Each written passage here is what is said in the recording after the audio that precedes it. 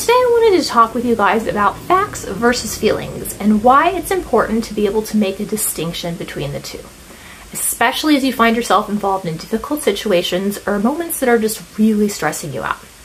So, as you guys probably know from experience, it's really easy to get caught up in our feels and let them cloud our judgment. And it also really doesn't take much for us to focus on our emotions and sort of allow that discomfort to create stories about what's happening that aren't always true. So whether you're feeling overwhelmed, stressed, or anxious, it's pretty essential to have some techniques in your tool belt to keep you level-headed and rational during those highly charged moments. So before I share some tools that might be helpful for you, I want to talk for a minute about why reacting from your feelings can sometimes cause negative things to happen. Now, like I mentioned before, sitting in your emotions can sometimes cause you to see a situation completely inaccurately. So you might be upset about something unnecessarily just sort of because you don't have all the details or the perspective that you need.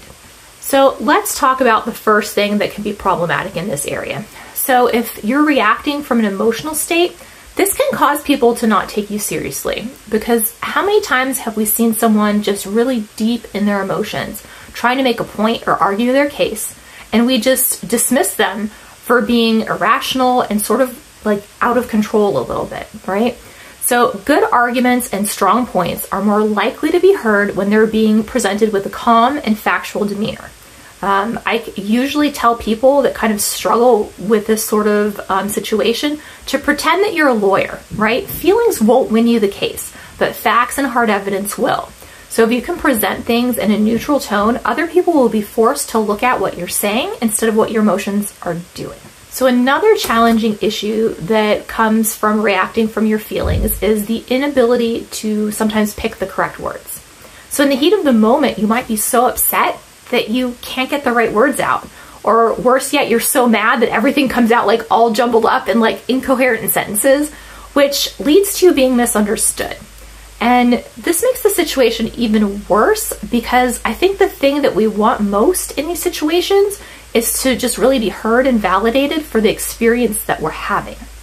And last but not least, reacting from a place of emotions, it can also cause you to make sort of irrational decisions in the heat of the moment. I think we've all been there. And when things calm down, you might think back on what you did and realize that you're really embarrassed, that maybe you made the situation worse than it needed to be, or you've maybe even done things that are completely out of character for you. So this can pile on more emotions and just really heavy feelings in addition to the ones that you're already dealing with. And so that sometimes can make a bad situation even more challenging than it was in the first place. As you can see, your feelings can really cause things to go sideways pretty quickly, especially if you have something really important to say or you're trying really hard to resolve a difficult situation. So that's why I wanted to share some techniques with you guys that I think might be helpful when you and your emotions are kind of going toe to toe. So I think that each one of these suggestions will help you make sure that you don't let your emotions override your rational thinking in really highly charged situations. So the first thing that you could try is just simply taking a break, right? Because when you're experiencing an overwhelming emotion, whether it's like anger or sadness or anything else, the best thing you can really do is to take a step back. And this looks like anything from going to a walk, maybe taking a nap if you can settle down enough, listening to some music, or maybe even just meditating. And honestly, taking a few deep breaths never hurts. So if you can kind of give yourself some time to calm down and reflect, this will actually help you to think more clearly in these sort of situations. So another thing that can help is to kind of take a moment and reassess the situation. So one of the ways you can do this is to try to see things from the perspectives of whoever else was involved in this thing. And once you've gotten a more realistic view of what's happening, then you can kind of decide if your emotions are aligned with the facts of the situation, or if maybe you're just letting how the situation actually made you feel really drive your thoughts and actions in this particular scenario. Another thing that you can do, it's always a good idea to really identify your triggers, right?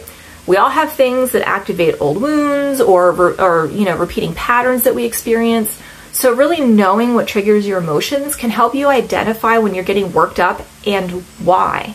And the best part is that once you kind of really learn to recognize these activation points, you can start to develop tools that will help you stay calm and collected, really kind of no matter what's going on. Something else you could also try is to really practice self-compassion. It's essential to be kind to yourself when you're experiencing strong emotions. And unfortunately, this is usually the exact opposite of what many of us do.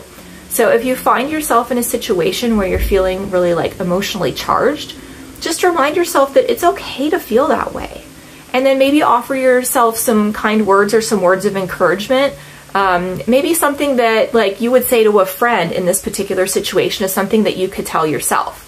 Because the truth is that we're usually kinder to others than we are to ourselves, especially when we're upset about something we may have done.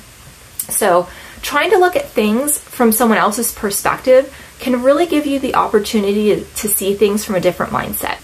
It can also be really helpful to use plain old logic to counteract your emotions. So this is where your facts over feelings thinking really comes in. By tapping into the part of our mind that focuses on rational thinking, we can start asking ourselves questions like, is this emotion logical given the situation? Or what are the actual facts of this situation? Right now, how do I feel about it? But like, what's actually happening here? So when we can look at tangible evidence, the reality of what's happening to us in that moment becomes so much more clear. So if you can remember to incorporate some of these techniques, you'll start to gain a greater sense of self-awareness, and also the ability to stay level-headed in the face of some pretty super intense emotions. And I think you should remember that it's always okay to feel how you feel, right? Like, it's okay to feel your emotions, even the big ones. But what's important is to not let them control you and control your words and your actions, because that's kind of where we get into trouble. So I hope you found this video helpful today. If you enjoyed it, please give me a little thumbs up and subscribe to my channel for more like-minded content. But until next time, thank you guys so much for watching and have an absolutely beautiful day.